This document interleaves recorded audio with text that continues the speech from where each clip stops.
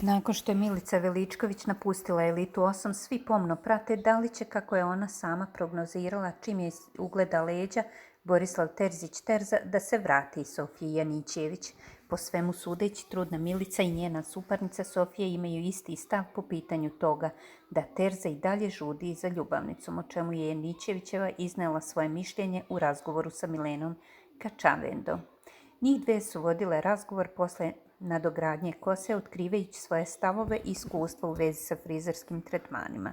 Sofija je istakla svoju strast prema radu sa kosom, naglašavajući da već 10 godina nosi nadogradnju. Sa druge strane, Milena je podelila svoje iskustvo sa nadogradnjom repa, ističući da je za nju to takođe bitan deo njenog izgleda. Meni je Stefan radio rep, rekla je Milena. Ma, repovi su preskupi. Ja volim da imam kosu i kad šetam kerove. Meni je kosa sve na svetu, priznala je Sofija. Jel ti se spava?